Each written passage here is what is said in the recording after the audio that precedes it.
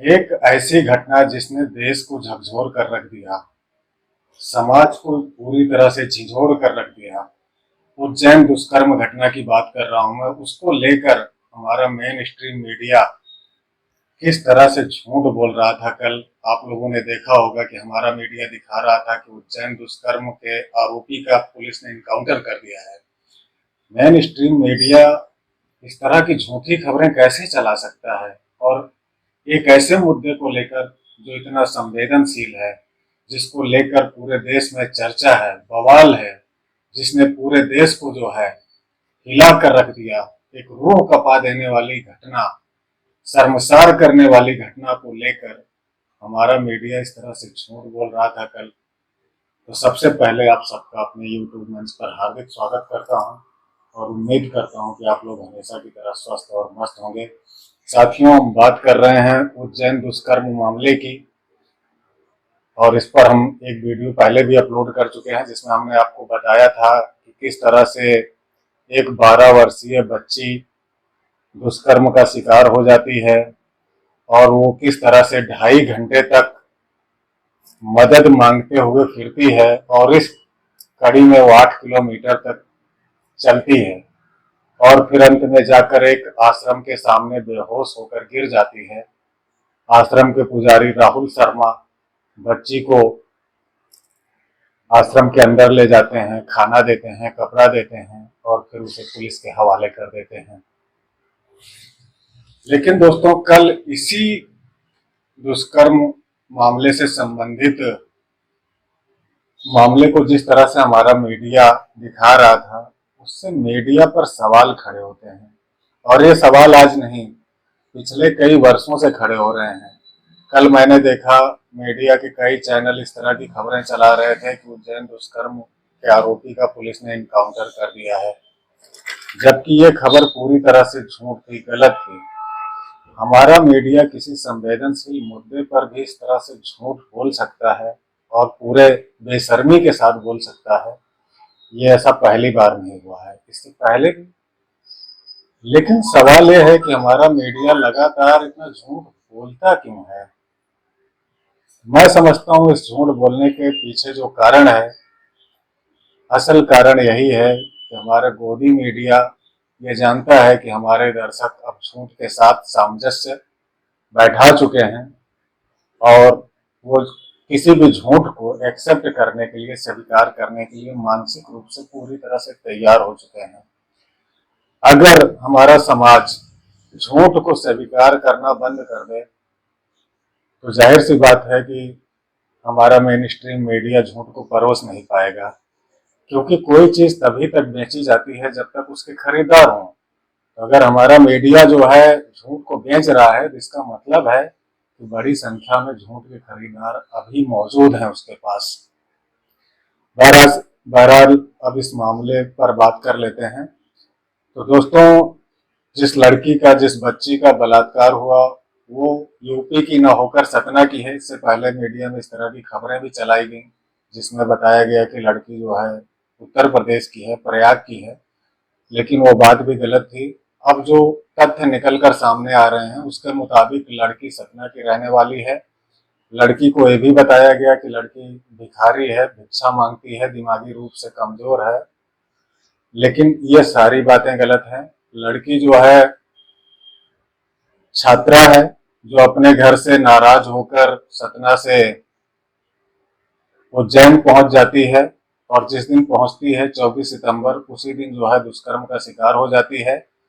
यहाँ पर सतना पुलिस को लेकर भी एक सवाल उठता है, क्योंकि अभी तक जो तथ्य सामने आए हैं उसके मुताबिक लड़की के गायब होने के बाद लड़की के परिवार वाले सतना के एक पुलिस थाने में जाते हैं। वहां पर उसके गुमशुदगी की एफआईआर दर्ज करने के लिए वो पुलिस से कहते हैं।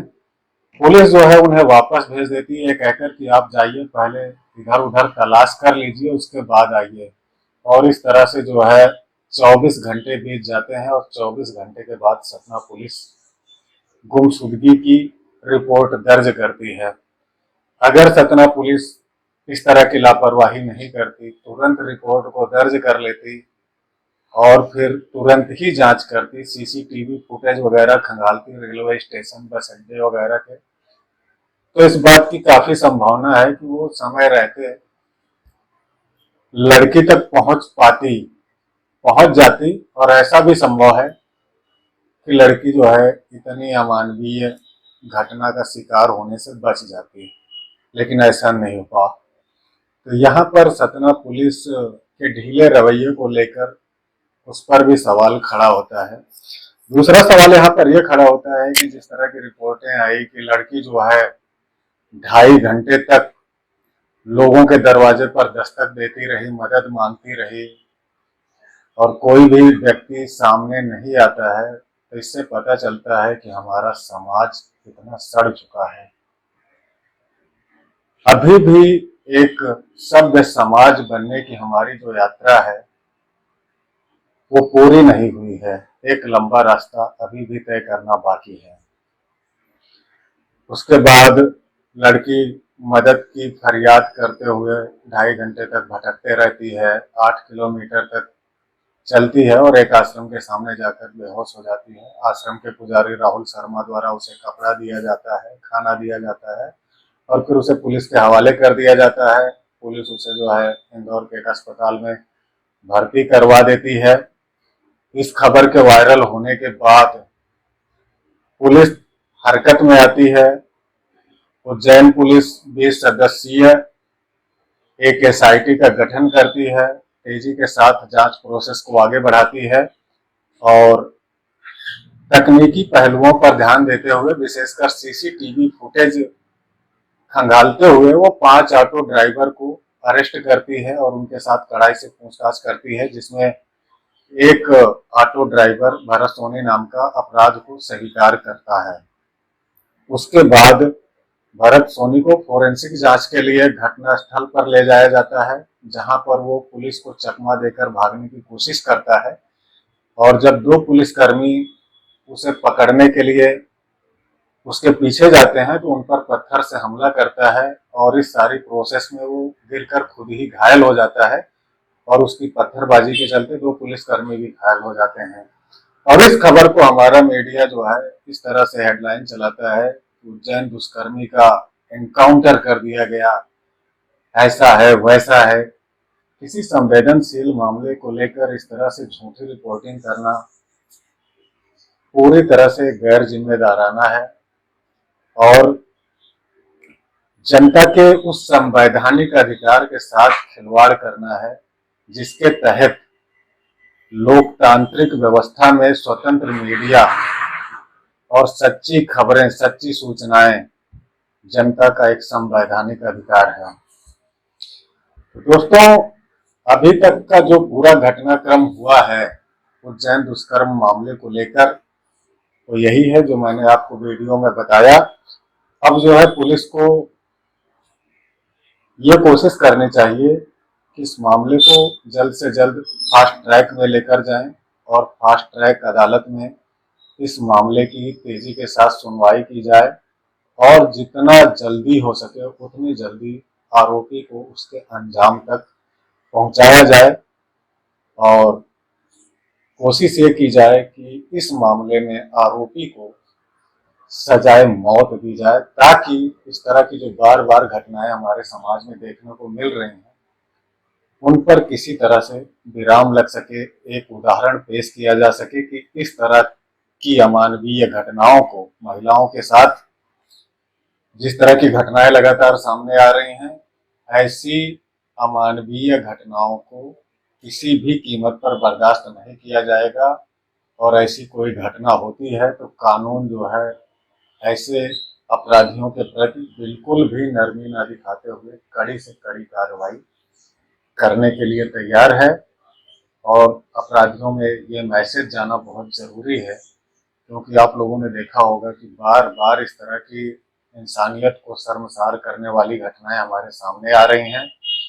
और बच्ची के बारे में जो अभी तक की जानकारी है, बच्ची जो है अभी भी शारीरिक और मानसिक यंत्रणा के दौर से गुजर रही है। उसके जो प्राइवेट ऑर्गन्स हैं बुरी तरह से डैमेज हैं, और काफी अमानवीयता उसके साथ की गई।